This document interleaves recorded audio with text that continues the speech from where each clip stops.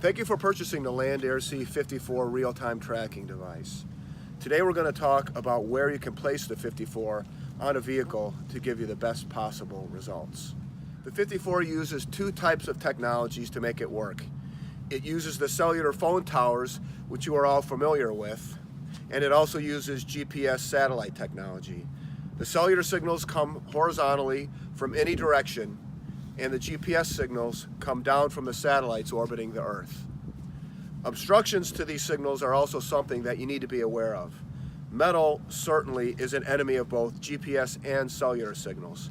Concrete mixed with steel, such as in parking garages or tall buildings, can also block these signals. So now that you know all of this, let's put some thought into placing the 54 on or inside the vehicle. Let's first talk about placing the device inside the vehicle. This is your best option if you have access to the vehicle. The only recommendation that we have here is to have the dome of the 54 facing up. This will give the device the best GPS and cellular reception.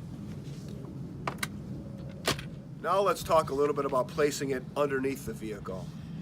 Even though there will be a lot of metal blocking the signals when the device is under the vehicle, that does not mean that the 54 will not work. We have designed some super sensitive antennas that are integrated into the 54 that can still pick up both the GPS and cell signals just fine. You just need to follow a few hints that we have for you. Number one, mount the 54 so that the dome of the unit is facing towards the ground. The GPS signals will reflect off of the ground into the antenna. Do not mount it sideways. Number two, mount the 54 on the lowest piece of metal underneath the car. Mounting it too high up underneath the car may have too much metal surrounding it. And number three, try to mount it as close to the outside edge of the vehicle. This may not always be possible, and it is not as important as the first two recommendations.